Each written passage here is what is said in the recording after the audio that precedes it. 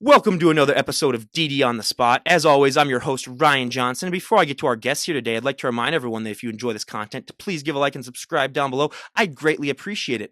We have Allie Norton on the podcast. She's an NASM certified personal trainer. She's also got her master's in biology, and she's a future physician's assistant, as well as being an all-natural athlete. She's also a member of Team ProFX, a natural figure, and she's a Tiger Fitness athlete affiliate and writer, among many other things. I don't know how she has enough time in her day to, fit in all of that stuff. But she's also coming to us all the way from Pittsburgh. But most importantly, she's our current guest. Allie, thank you so much for being on the show. Thank you for having me. I really appreciate it. Well, firstly, I got to ask, what is the weather like in Pittsburgh today? So when I moved to Pittsburgh, I moved from Jersey. I used to live at the beach. I'm used to sunshine and sand. And then I moved to Pittsburgh, and we have 295 days of precipitation a year here. So it is often very cloudy, and it's very cold.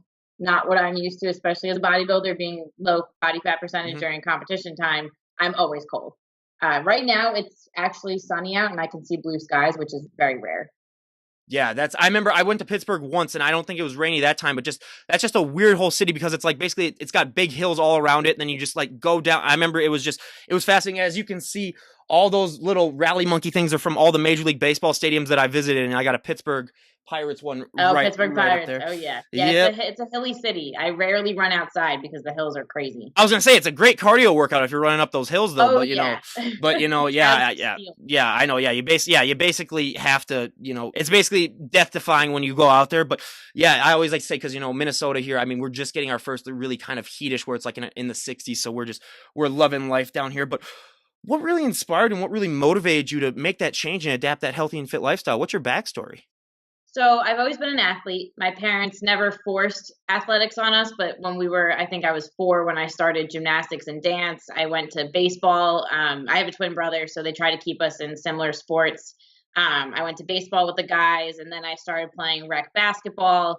From rec basketball, I went to figure skating, and then I picked up field hockey, which is my main love. Field hockey, lacrosse, basketball, track. You name it, I probably tried it at some point. I wound up playing field hockey and rugby in college. And then once college ended, I got into long distance running. So half marathons, tough mudders, stuff like that, just to stay in shape. And then I moved to Pittsburgh about 18 months ago. I started working out at Crunch Fitness on the waterfront in Pittsburgh, which I absolutely love. And one of the trainers, this is my little cat. Oh, what's the cat's name? Charlie. Oh, that's awesome. Yeah, everyone, we got our first animal sighting of the podcast. We got it out early. Charlie loves people, so he's very happy to be on the podcast. I do have to say before we go on that the funniest moment that I ever had on the podcast was that I had a bodybuilder on, and he had his bodybuilding trophies behind him in like a trophy sort of like shelf, and he also had a cat that jumped up and started kicking off his trophies while we were talking. And I told him, that's staying in because that's the funniest thing that I've ever seen happen. Hilarious. So yeah, just a fun little story. But you can continue with your story. So I started working out at Crunch. I met a man named Alan Roberts. He was a trainer there. He works through Every Damn Day Fitness. He kind of sought me out because I was there, twice a day, 2 hours a day. And we started talking. He got me really into lifting more, very into the nutrition side of fitness. And then I started prepping for a competition. I did off-season prep for about 3 months, just to see what it was like. I'd never competed before. I didn't know what I was in for, so I wanted to kind of get a feel for what it was like. I prepped from January until March off season, and then I decided I wasn't really in the right mindset. I kind of had a couple other fitness goals that I wanted. I wanted to do, a couple more runs and stuff like that before I actually committed to prep, because it's a 24/7 lifestyle. So then this past November, I watched one of my friends compete, and it was the coolest thing I'd ever seen. It was so motivating and so inspiring. So I was like, you know what? I'm going to try it. I'm going to give it a go. So I contacted my coach again, and I was like, all right, let's do this. I'm in for it. We picked out a couple of shows and just full speed ahead. I gotta ask, because you are actually the second guest that's actually done field hockey, and for me, field hockey is probably one of the most interesting sports. Just for me, because I have Big Ten Network where I live, where they show field hockey games every once in a while, and I just watch them. How is your back not just blow out on you? Like, how do you not just have your back? Just because I'm 6'3", so I could never do a sport like that, just because the natural arc. Just bending over that whole time. How does your back just get used to bending over just constantly? How does that work? Yeah, it's definitely an adjustment. So but feel like you girls, a lot of our physiques look like soccer girls. So we usually have thick legs, the whole 9 yards. So we actually do a lot of squatting rather than leaning over. So it's really more our like leg muscles, our quads, our glutes and stuff like that rather than our backs.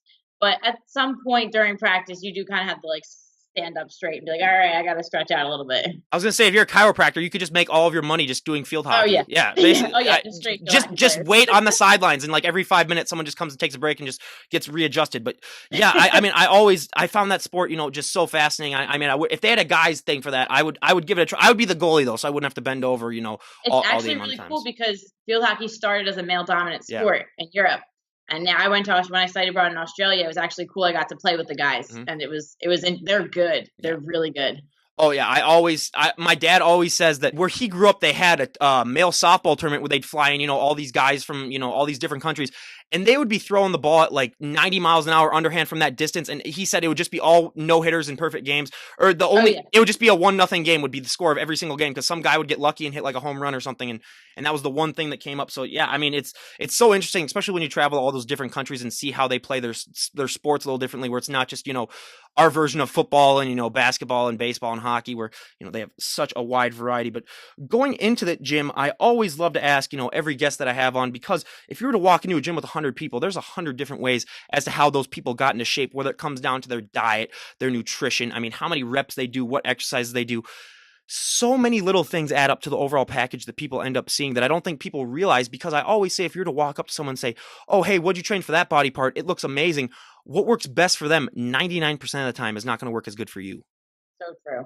So true. I have a lot of people, a lot of women, especially since I started competing and prepping. I've changed dramatically in the past couple months. A lot of women come up to me in the locker room and like, oh my gosh, you look amazing. Like, how can I look like you, or what do you do? And I have to make sure they know, like, this is my life. I don't just come to the gym for an hour after work for, 3 or 4 days a week. Like, I dedicate a lot of time to this. My nutrition is on point. It is a 24/7 job, kind of prepping and keeping this kind of a physique. So I had to make sure that they don't think that I'm just, some kind of mastermind gifted human being. The most angry I've ever been on this podcast is that we had one of those just weird genetic freaks on, where they just naturally, and I told, it was a woman too, and I told her, I said, there's no way that that's just like natural. And then she only did body weight exercises, and she didn't even like lift weights. That's all that she did, and she won a natural bodybuilding competition doing just body weight exercises. And I was like, there's no way that's. And then she showed me a photo she had like right next to her when she was like 10 years old, and I was like, okay, she had like an 8-pack as like a 10. I was like, okay, that's BS. I was like, just that's so yeah, there are those, but they are just so rare. But yeah, so many people just don't realize all that hard work and dedication, and the nutrition aspect is always 80 to 90% of it. So many people do not realize that, where it's just the kitchen is the most important part of fitness. It's so crucial to your training, to your energy levels.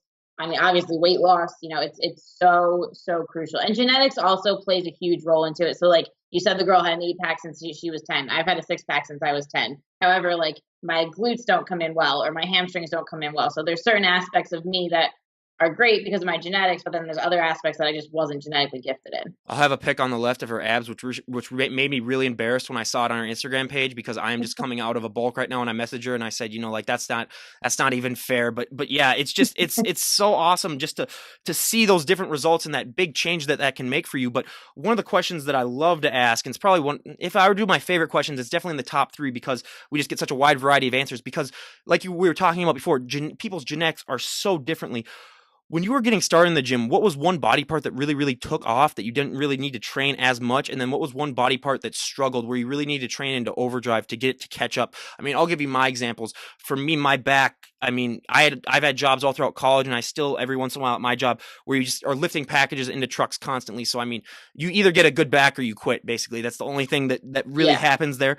So that's the one for me. But also, like I said, being 6'3", my legs, even being a pitcher where you're supposed to have a big lower body, I was a lengthy kind of guy. So yeah, I train them twice a week, but still people look at me and they think that I'm just one of those upper body guys that never lifts legs a day. And I still have to tell them, Gym bro. Yep, Gym bro. Well, being from New Jersey, it's like a Guido, kind of like a Jersey Shore kind of thing. Oh, yeah. And then I'm just like, no, trust me, I train them. But yeah, it's been a struggle for me. But what were those body parts for you when you were getting started? So when I first got started, my back actually looked horrible. It looked like I didn't have any muscle at all whatsoever. When I first started back in January of 2018, and then my back actually shot up, like it just blew up. It looked insane almost immediately after I started lifting. So my back caught up way quicker than the rest of my body. My back and my abs. I've always had decent arms, but my shoulders were really tiny, and when I was prepping, we had a really hard time getting my glutes or my quads to come in with my glutes. For me, that's where I hold most of my fat, my lower body. So that was definitely quite a struggle. And these shoulders, I kill them, and they just don't want to grow. Yep, I always say for me, my most hated thing is calves, because that's the one thing where it's almost always genetic, where someone has big calves and you're like, okay, you don't even train that. And I do not have big ones. I'm not like Johnny Drama from Entourage. I don't have calf envy or anything like that. But just when you see a guy walk in the gym or a gal walk in the gym with calves and you're like, you don't train them. It's like, be honest. But yeah, that's why I always said, like, for my calves, I could inject pure muscle into them and they wouldn't grow. I mean, wouldn't grow. it's just an absolute mystery to me. But now going into bodybuilding, was there just a certain moment or a certain event where you just said, like, hey, I really want to do this? Because I know you said that you saw that friend that competed in that, but was that really the moment where you just got motivated, where you said, like, hey, I really want to do this now again? That was definitely a major part of the motivator. I had a lot of people that come up to me and ask me if I'd ever competed. They wanted to know, you look great. Why haven't you gotten on stage yet? And all this stuff. Bodybuilding wasn't really my thing. I'm very much so a tomboy. So heels, makeup, spray tan because I'm pale. All of that stuff kind of just wasn't my speed at all. Makeup, like I do mascara and eyeliner. That is it. I don't even own foundation or eyeshadow. So that was definitely something that I was kind of very against. I wasn't really into the whole girly thing. The bikini, not really a huge fan of getting on stage half naked in front of people, being stage, shy and all that. So there was a lot that I wasn't really a fan of, and it didn't really appeal to me that much. And then when I saw my friend compete, and after everyone asking me, you look great, you would do awesome on stage, my coach was extremely, extremely encouraging through the whole process. Even after I stopped working with him for a short period of time, he still messaged me and was like, we got to get you on stage. Like, you look awesome. You're going to do so well. So just the motivation from everyone around me kind of just sparked that fire, and it just took off from there. Well, and one thing that the general public doesn't understand, and I love to talk about this just to try to inform them, is that just being able to get into shape to go on a prep takes so much hard work and dedication and determination that 90% of the public, or 95, I should say, percent of the public could never achieve that. They just don't have that willpower and that dedication, or the love of working out, I should say. But just going on a prep, though, that is notching things up to an extreme where, I mean, your diet has to be perfect. You have to work out, you can't skip any workouts. I mean, just preparing food. I mean, everything just becomes so scientific. What was that adjustment like for you, going from, getting into the shape where you could maybe go on a prep to all of a sudden just doing that prep life, which can be so hard on so many people? It's definitely such like a shell shock. You don't understand how clean you actually have to eat to lose that much weight. Thankfully, being an athlete my whole life, I kind of understood nutrition pretty well, and I kept myself at a pretty lean body type all year round. I was no more than 16 to 18% body fat since I was in college. So starting out prep, I started out very lean, which was very, very helpful. My prep was only about 10 to 11 weeks. So we really didn't have a ton of time to knock fat off. So I think I lost about 17 pounds total from start to finish. But yeah, it was definitely an adjustment. Not super bad. I'm one of those people who has a very regimented lifestyle. I will eat the same thing every single day for the next 10 years if I had to, if I had liked it. So I've had no problem eating, oatmeal and eggs for breakfast every single day. It's not an issue for me. So that was a pretty relatively easy adjustment. I did have a lot of like, oh my God, I miss ice cream, or oh my God, I miss pizza. Like just that one slice. But I was pretty strict with my diet beforehand. One meal a week was a cheat meal, and that was it. Yeah, that just adds, I mean, that's one of the reasons why I never competed, because I was like, I'm sorry, but I got to have, like my chocolate milk, and I got to have, just my pizza every once in a while, or just a hamburger, once or twice a week. I mean, that's the one thing that really prevented me from competing. But that just shows to the willpower of what these competitors go through just to be able to get on that stage. But what was that like too? Because like you said, you made such a drastic transformation over the last few months. And I know from looking at some of your photos before ahead of time, I mean, just that change that you made, what was that like seeing your body go through that? And all of a sudden, like seeing veins everywhere and, just seeing yourself get in such better shape. What was that like mentally? Because so many people, when they get that change physically, it's hard for them mentally to wrap their minds around like, oh my God, I look like this now. Yeah, and it was such a gradual process, and all my update pictures to my coach and everything. I didn't actually realize how much I had changed until he posted my my very first starting picture and my stage picture. I knew I had lost a lot of weight because my clothes didn't fit, obviously, but I had no idea how drastic the change actually was. And when I saw it, I was in complete. I almost cried because I was in complete disbelief that my body could actually look like that just from 10 weeks of being on point. That just shows, how you can make so many drastic changes a little bit easier too, because a lot of the times I like to talk about, especially with our generation where everyone wants it now and they want it yesterday, where they're not willing to put in the work.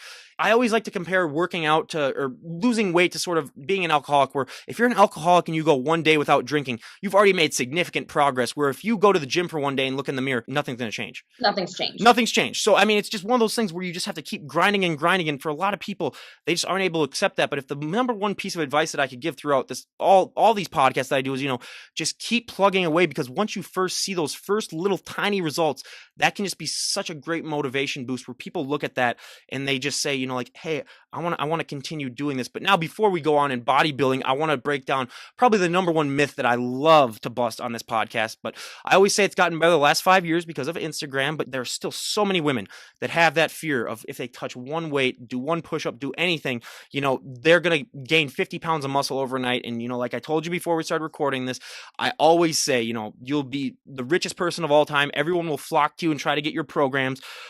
But when you were starting in the gym, did you have that fear? And even if you didn't, I mean, how do you like to respond to that now? Because I bet you hear that all the time. So after having a bachelor's of science and master's of science in biology, having my personal trainer certification, going through the whole fitness thing, I learned pretty quickly that it's almost impossible, unless you're taking some kind of enhancement or enhancing drug, for a woman to look that bulky. And when I mean, even enhancements don't really do that. You have to eat and lift a lot to look like that bulky, manly, physique.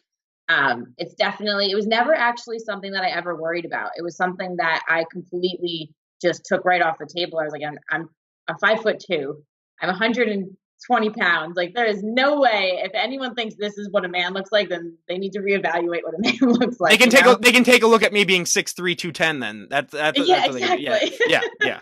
So, it was something that I never really worried about. My dad got me into lifting when I was young. He was the first one who introduced me to the gym and the basics of form, different machines, different types of lifts.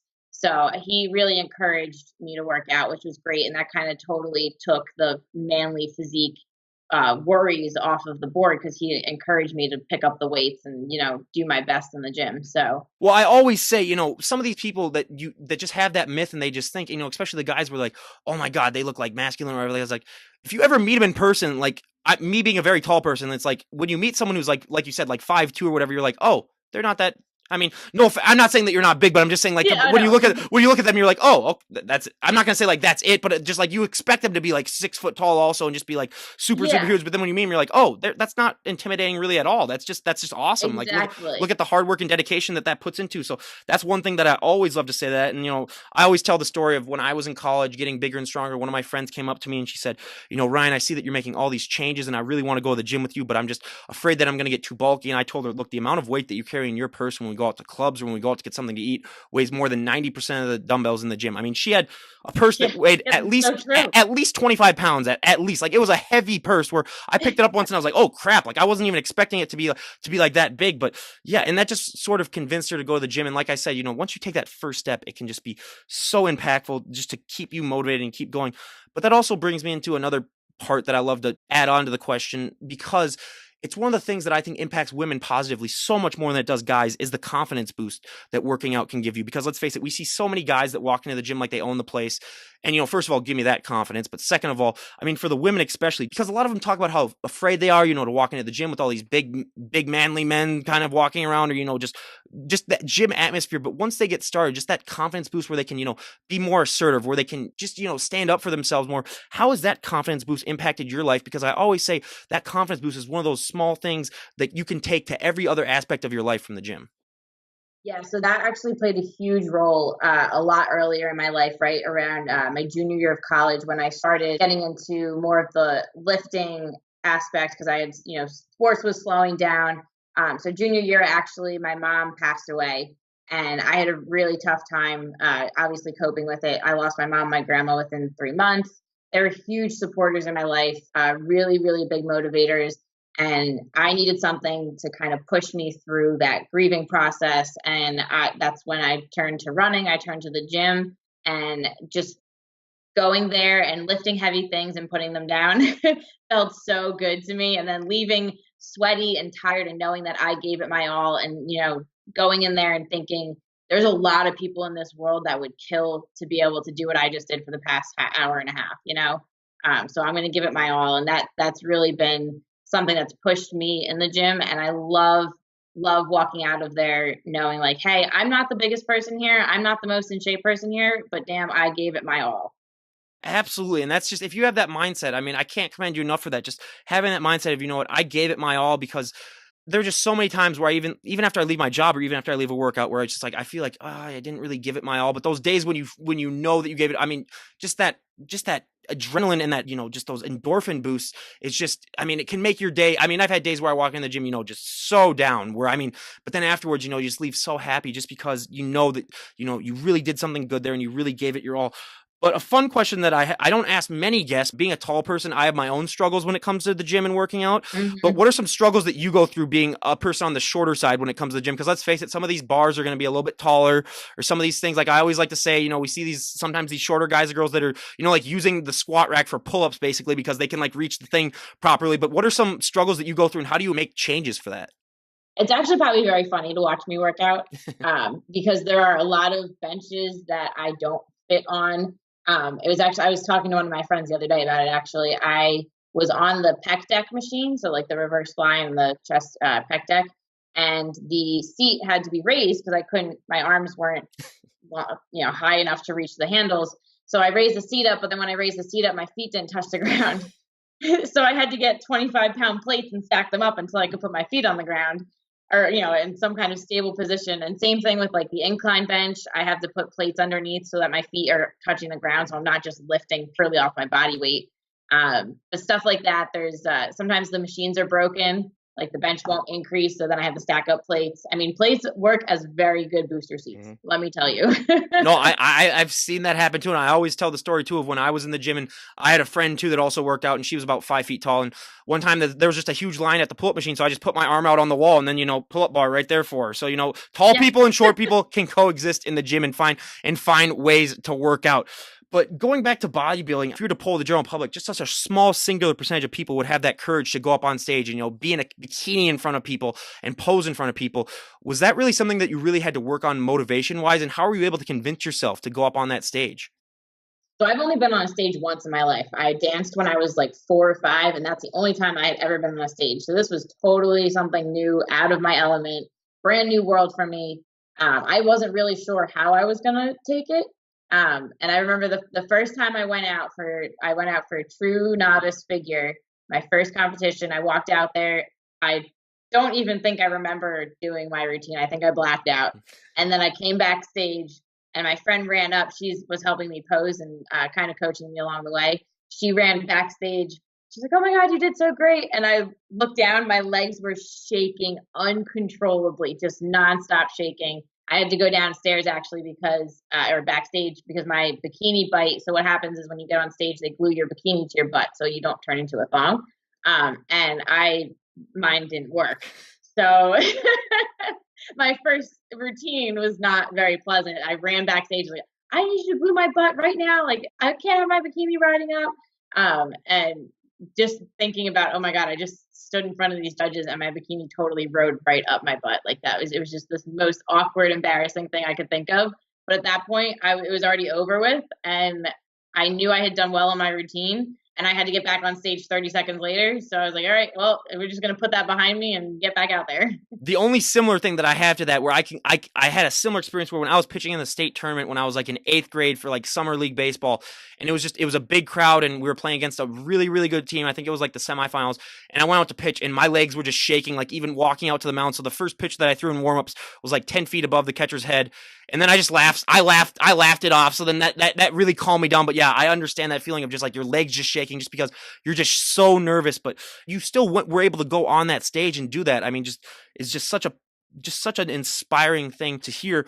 But now, I mean, this is the number one thing that I was just absolutely shocked by, and I think everyone in the public would be shocked by, is that for so many of these competitors, posing is the hardest thing for them. It's harder than your nutrition. It's harder than your working out. I mean, I would have never guessed that in a million years, but now I love to say that I like to compare it to being a perfect driver, where you can be a good driver, you can never be a perfect driver. You can be a good poser, you can never be a perfect poser. It's always ever evolving. What has your experience with posing been like? Obviously, I'd never posed before. I didn't even know what to do. I had no idea where to put my arms, my legs, what to flex, what not to flex. I had no clue. My friend Taylor came, and she's been competing for 4 years now. So she's had a lot of experience with it. And she came to help me pose. She goes, "What's your experience?" I was like, "I'm like a rag doll right now. Just place my arms and my legs where they need to go, and I will remember to keep them there." So it was definitely the first time posing was really rough, kind of getting used to that girly movement and like putting a little bit of sass into it and all that. That was definitely different for me. And learning, remembering each of the routines, because you have your own individual routine and then you have your quarter turns.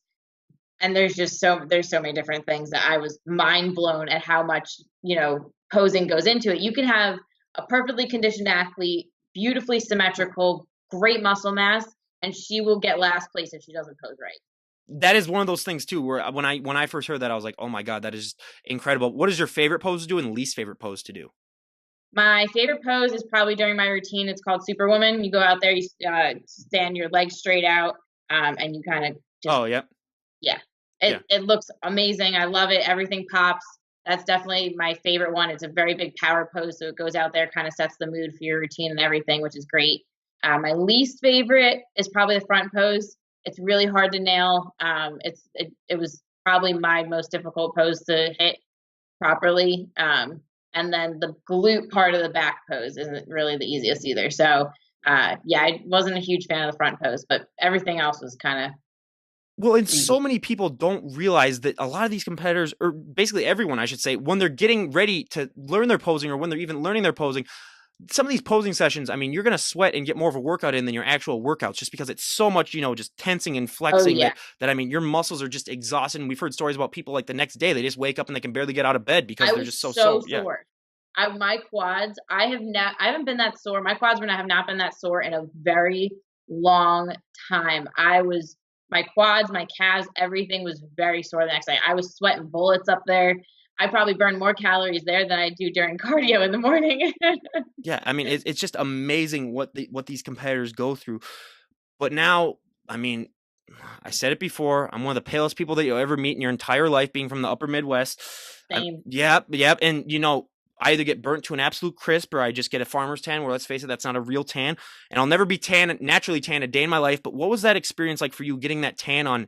And, we always hear competitors saying, you see muscles that you never even knew that you had. Everything really seems to pop out. What is that feeling like for you when you get to see yourself in a whole different color?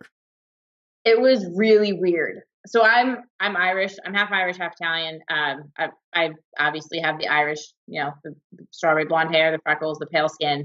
I do tan later on in the summer after I've burnt multiple times.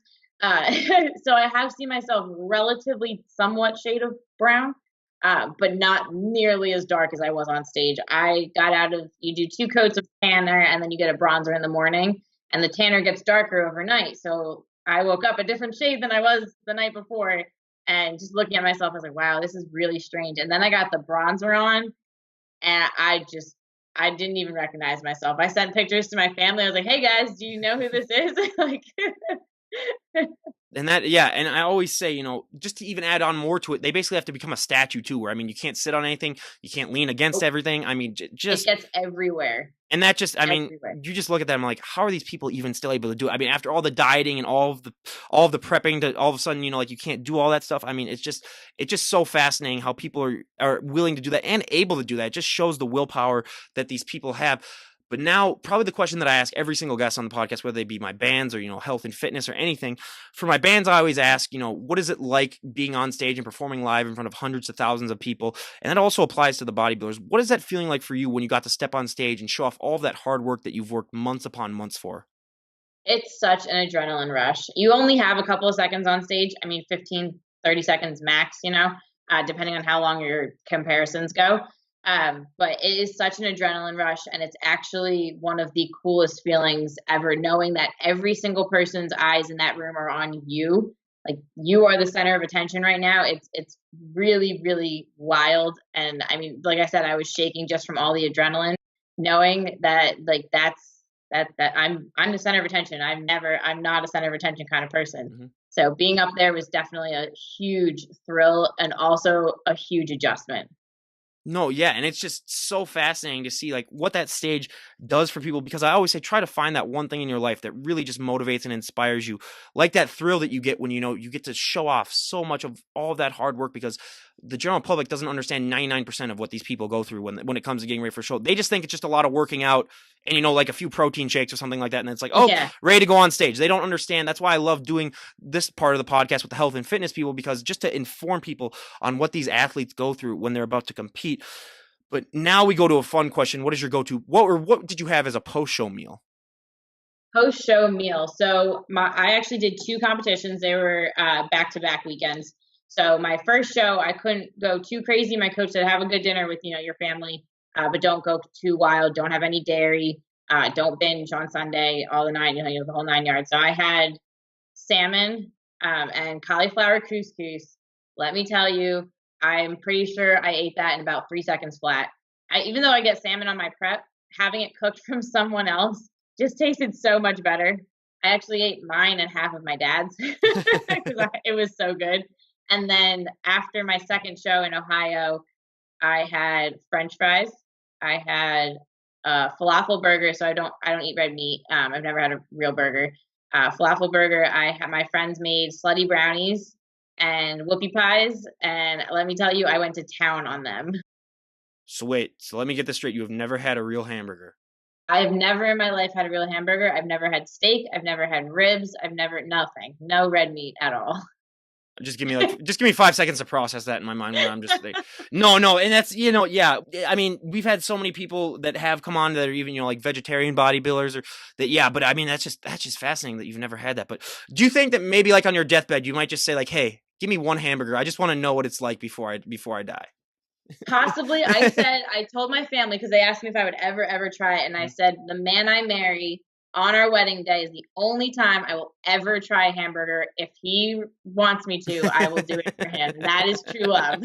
Yeah. Me eating a hamburger is true love. Yeah. Instead of just doing your vows, it's just be you just eating the hamburger in front of everyone, basically. Yep, this is for you. Mm-hmm. Yeah. No, yeah, absolutely. But one of the more important questions that I love to ask, because it's not talked about, I don't think, as much on social media, and I think it should be, is that so many people, I've had friends come up to me and say, like, Ryan, I love the podcast, but the biggest thing that surprises them is the fact that you're not going to look that lean as you look on stage 24/7. It's not a sustainable look. And so many people look at that and so many people look at that and they're like, oh, they must be able to look like that 24/7 because they work so hard. But it's not at all. I mean, we've had people that have gained, 20 pounds within a week or 40 pounds within a couple of weeks afterwards. This is you're done with your first competitive season for now. I mean, you did 2 competitions in 2 weeks. What has that been like, knowing that, you're not going to be able to look this good forever? The look that you present on stage, that's a look that you're going to have, just basically for that day. And the other days that you compete. Has it been hard for you to adjust mentally to the fact that, like, all this hard work, I am going to have to put on weight though? Yeah, that's actually one of the main reasons I didn't compete when I first started prepping with my coach, is because mentally I wasn't ready for the backlash after competition. I didn't want to develop unhealthy eating habits. Anything like that. I didn't want to develop, a hatred for food. So I decided to kind of make sure I was mentally in the right standpoint to do a competition. I am currently on week 4 or 5 of reverse. So when you finish competition, you have to reverse diet out. You can't just go back to eating what you normally eat. Otherwise, you'll blow up because your metabolism is so low. So I'm on week 4 of reverse. I've only gained 3 pounds since my competition. I'm on a very strict reverse, no cheat meals. I just got my first cheat meal next week, so I'm counting down the days. In 6 months. What's it going to be? Have you decided yet? Pizza and ice cream. For sure. Yeah. So yeah, the reverse was definitely something that I didn't even know about when I first started competing, but it made sense once, my coach explained it. Very strict. We want to make sure that I'm slowly working my metabolism back up, and then I can go back to gradually, still on a strict diet, obviously, because I'm going to compete again in hopefully 6 to 12 months. It's definitely an adjustment knowing that I'm not going to be this lean, but with my background in education, in science and health and all that, I know it's such an unhealthy body fat to be at. It's not sustainable for anybody. I was at 7% body fat when I got on stage. And I mean, that's just not good for any, especially a female with the hormone levels. It's not good for them to be at that percent body fat for, a extended period of time. There's some competitors that compete 13 competitions, 10 competitions a year. It's just not healthy. So I have kind of reminded myself over time, I do need to get back up to that, that kind of homeostasis where I was before. And obviously I'm going to be eating much cleaner, much leaner than I was before. So we're going to slowly add on weight so I can still stay relatively lean while gaining mass, which I know is kind of a conundrum. Oh, yeah. And I always say it's just like starting a business where you got to spend money if you want to make money. You got to put on weight if you want to put on muscle. I mean, those two things just go hand in hand. But one of our guests that we had on was a physique competitor, and she came in at 2% body fat when she competed. And I was just like, and she weighed like 150 pounds. So that's only 3 pounds of fat in your entire body. So it's just like, yep.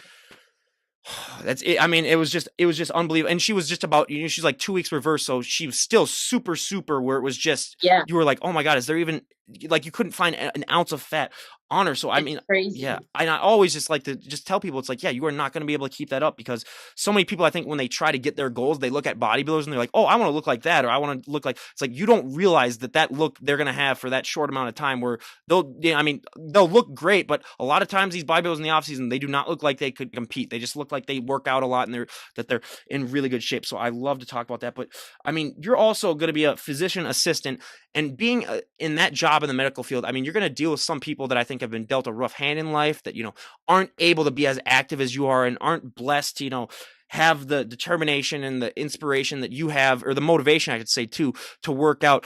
Is that just going to serve as extra motivation for you when you go to the gym?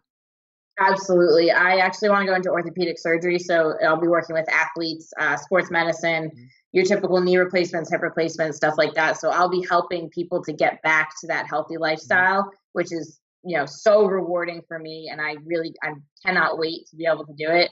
I actually went to a fundraiser over the summer. I volunteered at something called Life Rolls On. It's a surf camp for people with spinal cord injuries. So people who are paraplegic, quadriplegic, and we get them on surfboards and bring them out in the ocean, and we make a huge alleyway for them to surf on. And it's something they would never be able to do. Feeling that weightlessness of the water, they can't do that. They can't swim. So we are there to protect them if they fall off the surfboard, to get them out of the water, stuff like that. And they have such a good time. I mean, they're laughing, they're smiling the entire time. And it just kind of makes me really, really grateful that I have full functioning arms and legs to lift weights and to do what I want to do. Any time of the day, I don't have to depend on anybody for that. One of the kids there, he was in the Coast Guard, and he was explaining to us how he goes to the gym now. And it was heartbreaking, because it takes so long and he needs someone there with him, but he still does it. And the fact that he still does that, there is no reason that I can't do what I'm doing. I mean, I always say the most just inspiring thing that, humbled me more than anything in my life is when at one of the gyms that I work out at, we have a guy who's in the Marines. He lost both of his legs and one of his arms in Iraq, and he still comes into the gym. He has his, plastic arm on one of the sides, but then he still, does that. And just seeing him work out and go through, it's like you look at that, and I've talked to him a couple times, and he's just a super positive and nice guy. And just if you're in a bad mood, just go up and talk to him, and you'll just be like, oh my God, I feel so much better. But just seeing that, I mean, just every day, I just think about like, how am I able to complain about anything then when it's like when you see things like that? So and that's just so inspiring for me too. So that's why I love to ask the question. But were you always interested in working in orthopedics, or was it something that recently you just realized like, hey, that would be something that I'd be interested in? I never thought about it before I started working in it. First, I worked in an ER, and then I realized I hated ER. I hated emergency medicine. I was not a fan of it. If I was going to do anything like that, it would be trauma, because that's much more interesting. But I went from the ER, then one of the on-call orthopedics there.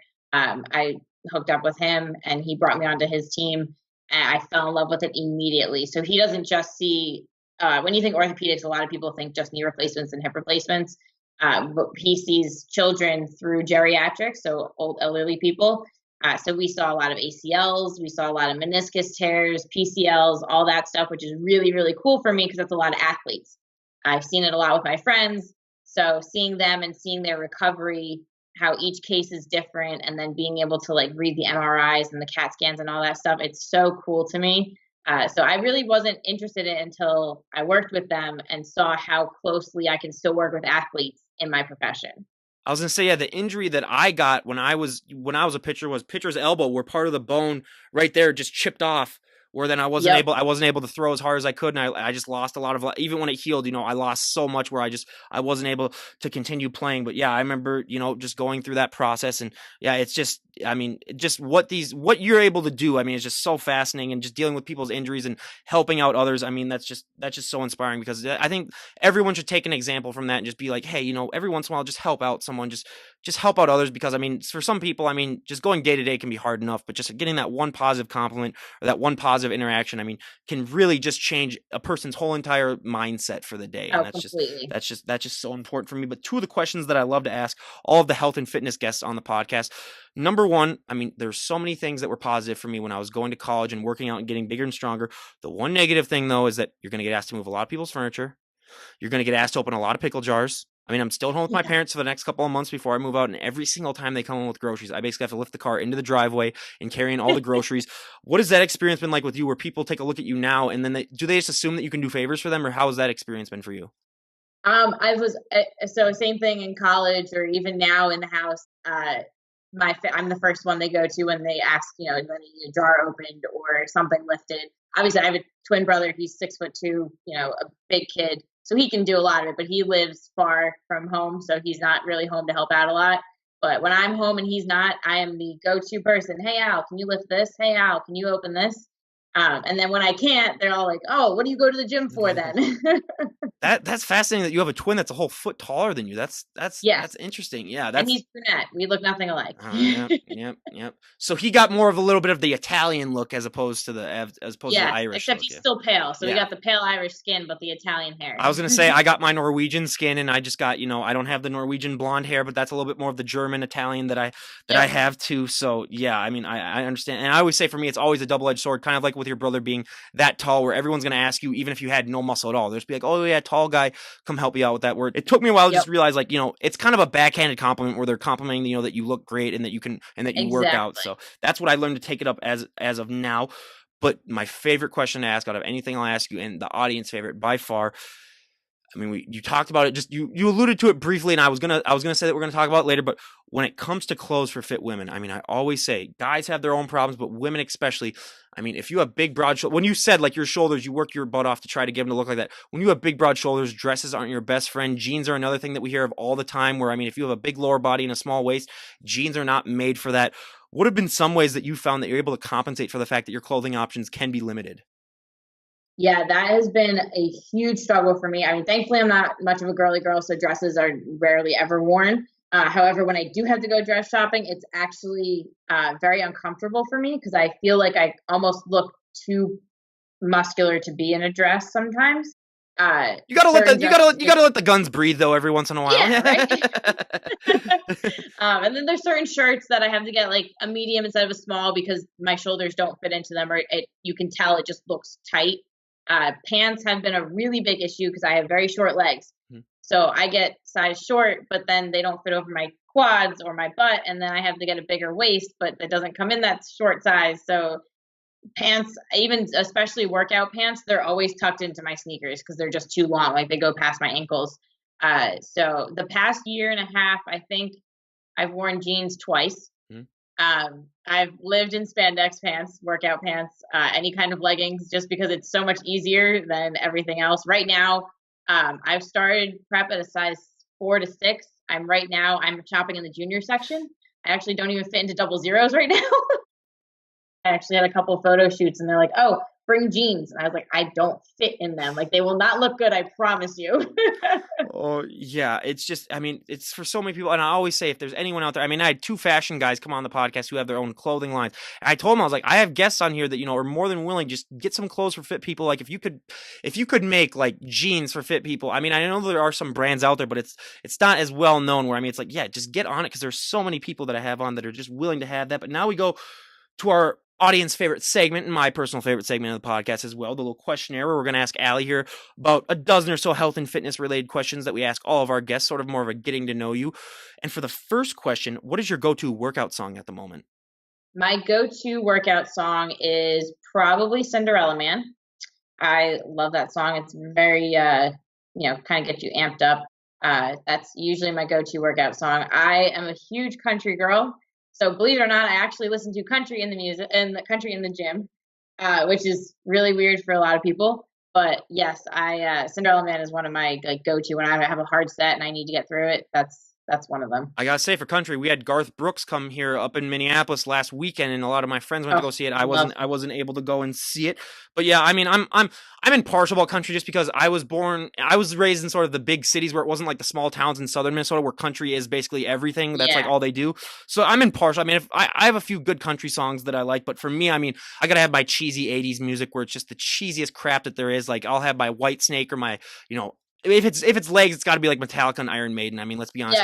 You got to pump yourself up. But yeah, so when I have a gym at my house. So one of the problems that I have when I go to a normal gym, because the gym at my house is, it's just enough to like maintain a pump, basically, is what I say. But so I work out there about half the time, and then go to a regular gym the other half.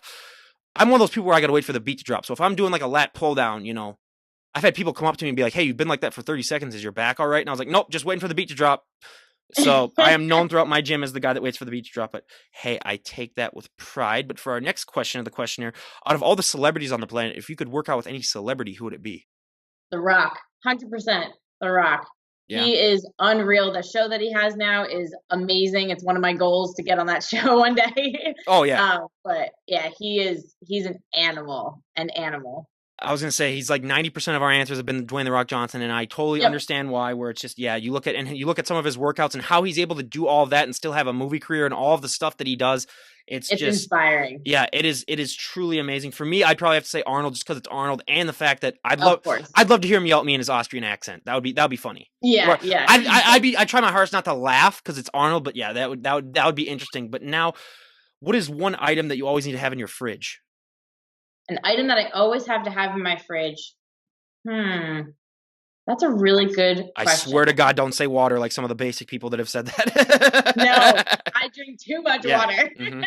That I always have to have in my fridge is eggs. Yeah.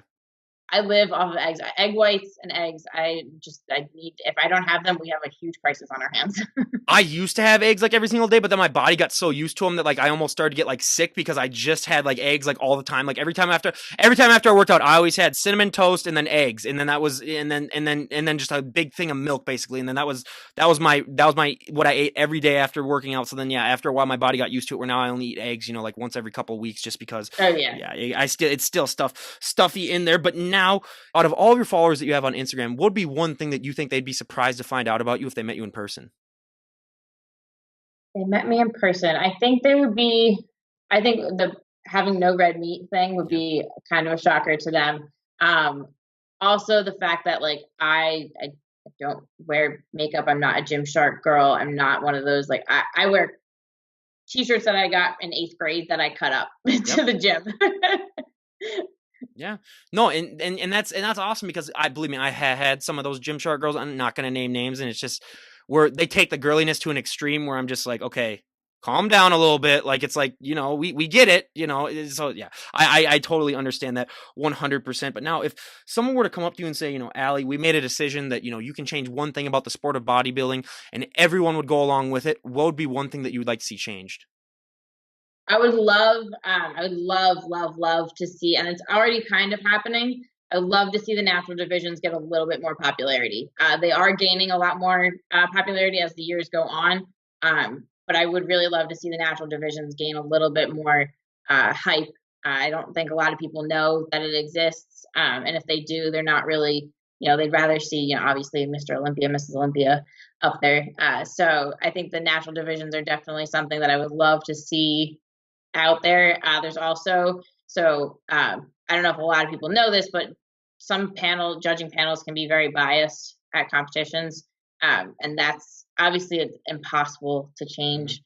So that's just something that I wish was a little bit different, but you can't change it. You just got to put your best package out there and hope for the best. I always say the only solution that you'd have to is if you'd have like eventually like machines where you just like get your body scanned basically and they'd be like, oh, this person is the most proportionate basically, where it's like that person's the most muscular, so they win. But yeah, that's never really going to happen. You never know what the judges are looking for. You never know if they're, what they want to see, what their preferences are. So you kind of have to figure that. A lot of the competitors, the really successful ones, you look up the judges beforehand, you see what they, cater to as far as posing and conditioning, what they look for and as far as like symmetry and stuff like that. So yeah, that's definitely two things that I would love to see kind of maybe just changed a little bit. Well, and also elaborate on that real quick for anyone out there who might have any questions. That is a huge thing for me as well, because one thing that I discovered is that, like these judges, they do have different things where, I mean, you could do like you said, if you do a shows weekend to weekend, one of these judges or one of these panels might be like, oh, we like a little bit more of a muscular look, where then you go into the next show and they're like,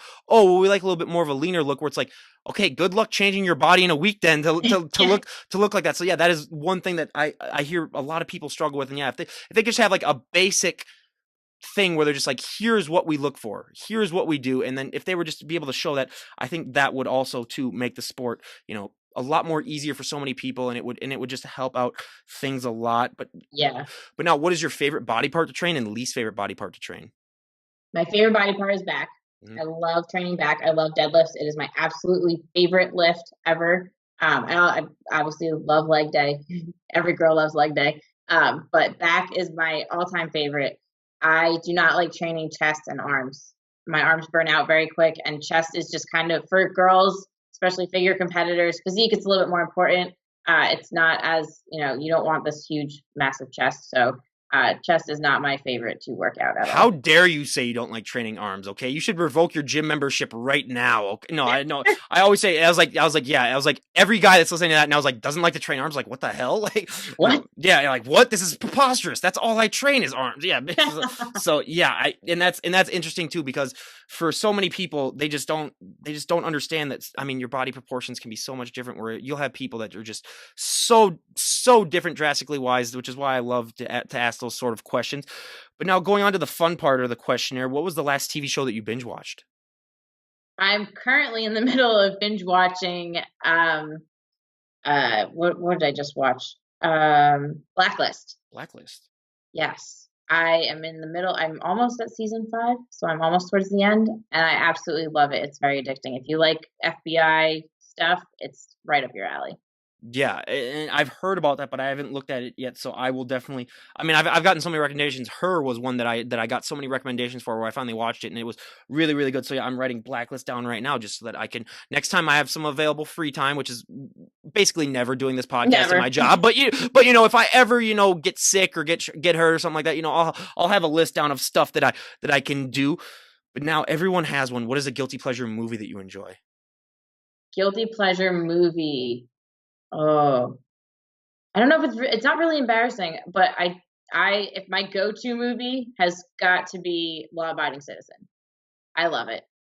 Okay, that is the first time we've heard that movie, and I love that movie too. Yeah, that is. Yeah. I saw that movie, and I'm surprised it's not as popular as it should be. Like, a lot of people have never even heard of it, but when you watch it, yeah, it's it is one of those movies where finally you're like, finally, that type of movie gets made where it's a little bit darker. And then, I'm going to be honest, spoiler alert for everyone. At the very end, when she's playing her violin at the recital, I was half expecting it to blow up. Yes. Yeah. I was like, I watched it with my dad like 4 or 5 years ago. Yeah. And, like climactic. I was like, what's going to happen? Yeah. I watched it with my dad like 4 or 5 years ago. And I was like, oh my God, are they really going to kill that girl at the very end? But then spoiler alert, it doesn't happen. But yeah, it's just such a tension filled movie. And it's one of those movies too, where you're like, how did he do that? Like, I love those movies the mastermind behind it all is amazing. Yeah. I love those movies that make you think about like how stuff gets done. And then they finally reveal it and you're like, oh, it wasn't that hard then. I guess like spoiler alert, he just built tunnels through every single jail cell so that he was able to get out. But crazy. Yeah, I mean, that too is a great movie. But for me, all of my guy friends, close your ears. Princess Bride is my guilty pleasure movie. Oh, that's a good one. That movie comes on, I stop what I'm doing and I watch it, No shame. Yeah, no shame. I mean, and it's one of those, I mean, it's just, there's so many quotes that come from that movie that are just so ingrained in popular culture too, where it's just, I mean, I love that movie to death. But now the final 2 questions of the questionnaire. If you were able to go back in time and talk to the 18-year-old version of yourself, what would be the best piece of advice you would give her? If I could talk to 18-year-old me, I would definitely give her a hell of a lot of workout nutrition advice. A hell of a lot. Because looking back now at what I was doing in high school, knowing what I know now, I could be worlds ahead of where I am, which is, I mean, everyone says that. But yeah, 18-year-old me would kick my 18-year-old self in the butt. I'm just going to take the easy answer and just say, I'd be the guy that would have like a list of stocks to invest into and like be like, check out Snapchat and Instagram. You might want to, get on that bandwagon. You might want to like invest some money in that. Yeah. Wink, wink, wink. Just let you know, or like Amazon might want to buy some stock in it, So yeah, I'll pull the cop out on that. But now, if we were to talk to a year from today, where would you like to be at when it comes to, I mean, your medical career, bodybuilding, and just your overall life? Where would you like to be at if we were to talk to a year from today?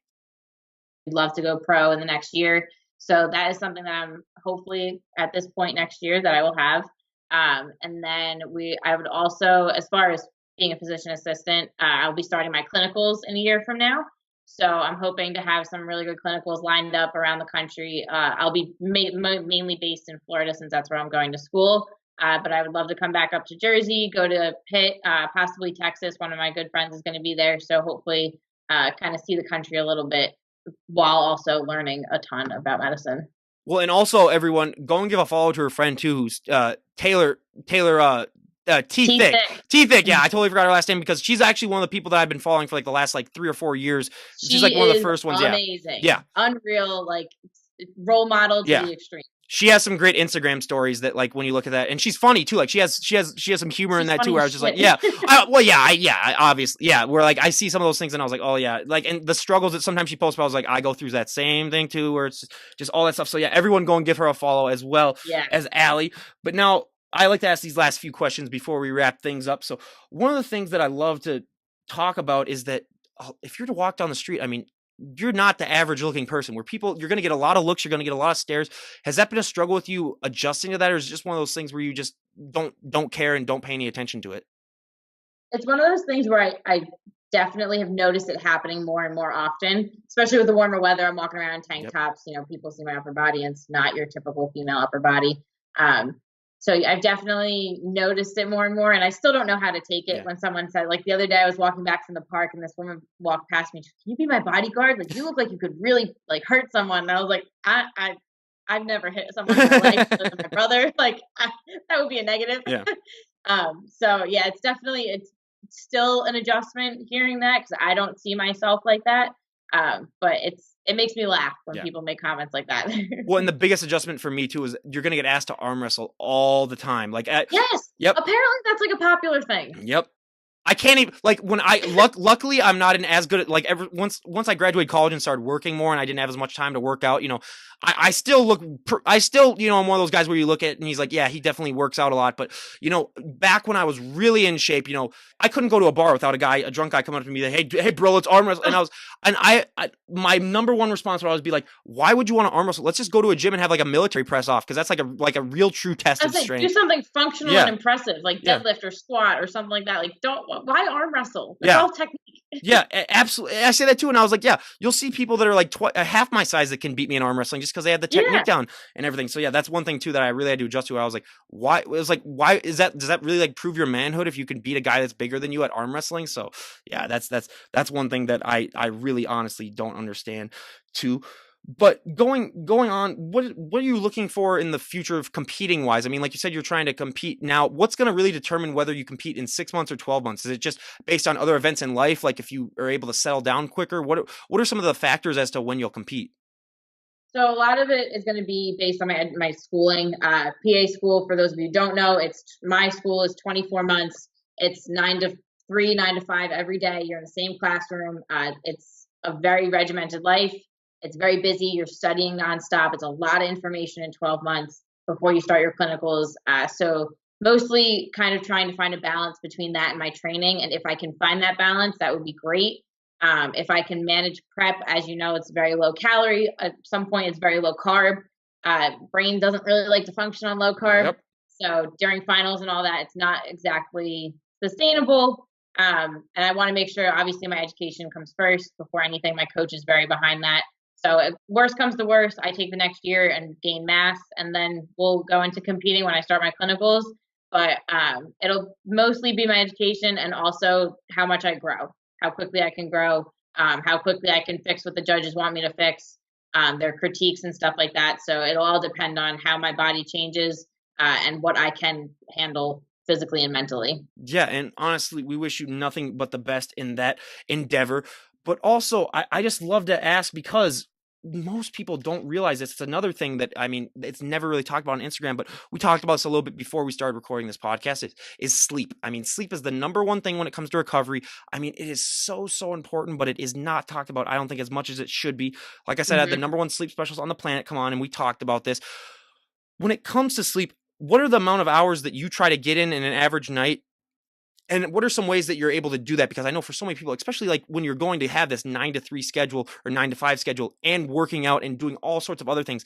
I mean, you like you said, you're very regimented, but are there any ways that you're able to sort of force yourself to get to sleep if you're not sleepy and you know that you really need those hours? Yeah, so sleep is the most important part of prep. It really helps with your cortisol levels a lot. It helps with recovery, clearly. My coach actually has in his diet plan at the end of the day, after all the meals, it says sleep in big capital bold letters. I typically run very well off of 6 to 7 hours of sleep. Last night I got 4 or 5 maybe. We had to be up really early to drive from Jersey to Pittsburgh. But I can function pretty well on very low sleep for a decent amount of time. I do try to get my 7 to 8 hours every night. It gets difficult, but I am one of those people that at like 9 o'clock, don't talk to me because I don't function past 9 o'clock at night. I am like in my pajamas, either eating my last meal or watching Netflix or something that does not require stimulation of the brain. I usually by 10:30 I'm in bed, asleep. So, and I typically up around 6:30, 7 o'clock every morning. I wake up frequently throughout the night. Being a bodybuilder, you drink a ton of water. You have to pee like every. So yeah, it's definitely, some days are better than others, depending on stress levels and stuff like that. But yeah, I try to get between 6 to 7, sometimes 8 hours a night. Yeah, and it's, just finding that, because I mean, with all these different things that are happening in your life too, I mean, that can just be, so hard. I mean, even, time differences, just dealing with that for me sometimes when I've been moving around has been really tough. But yeah, sleep, I mean, everyone get your proper amount of sleep. But I always say for me, I work nights, so I go to bed normally at like 3 or 4 in the morning.